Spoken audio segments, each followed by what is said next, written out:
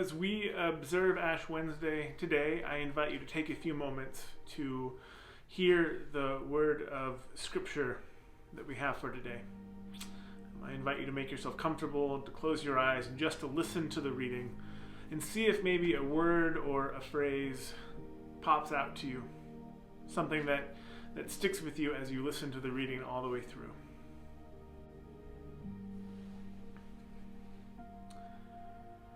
Our reading today is from Isaiah, chapter 58, verses 1 through 12. Well, shout out, do not hold back, lift up your voice like a trumpet. Announce to my people their rebellion, to the house of Jacob their sins. Yet day after day they seek me and delight to know my ways, as if they were a nation that practiced righteousness and did not forsake the ordinance of their God. They ask of me righteous judgments. They delight to draw near to God. Why do we fast, but you do not see? Why humble ourselves, but you do not notice? Look, you serve your own interest on your fast day and oppress all your workers.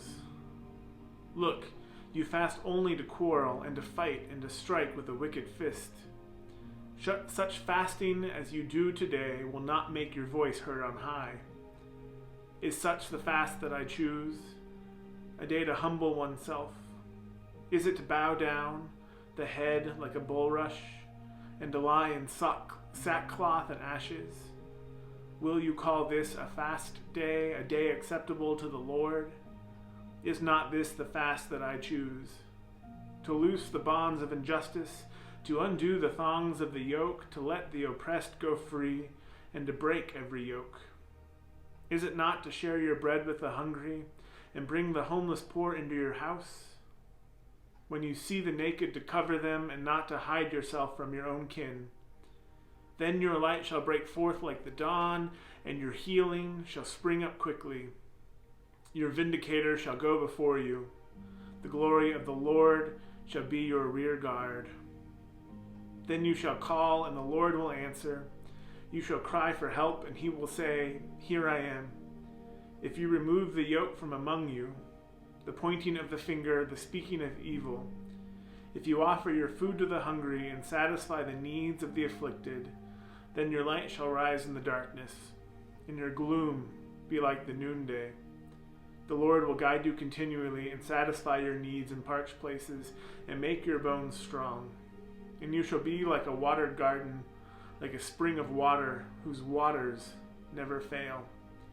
And your ancient ruins shall be rebuilt. You shall raise up the foundations of many generations. You shall be called the repairers of the breach, the restorer of streets to live in.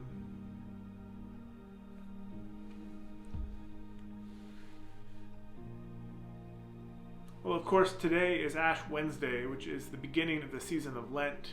And so for me, as I listened to that reading myself today, what I heard was this need for self-reflection. I hear the writer in Isaiah speaking of this people who outwardly are religious and faithful and practice this faith that includes fast days and sacrifices, and yet something is missing. And that something, of course, is attention to the poor and the vulnerable, the homeless, those who are not taken care of in society. And so for me, as I enter into Lent, and as I think about the prayer practices that I am going to take on and things that I want to focus on in my own life, one of the things I'm thinking about is, what does it mean to take on not just prayer practices, but an attention to these other issues in the world? That these prayer practices are not just about aligning my heart with the will of God in some personal, individual way, but that it also requires that I look out and notice issues in the society around me. And so I am curious for you all who have taken on this practice today, what passages or words or phrase really stood out for you? And I invite you to leave them down in the comment section. And I look forward to hearing what it is that you all encountered in this reading today.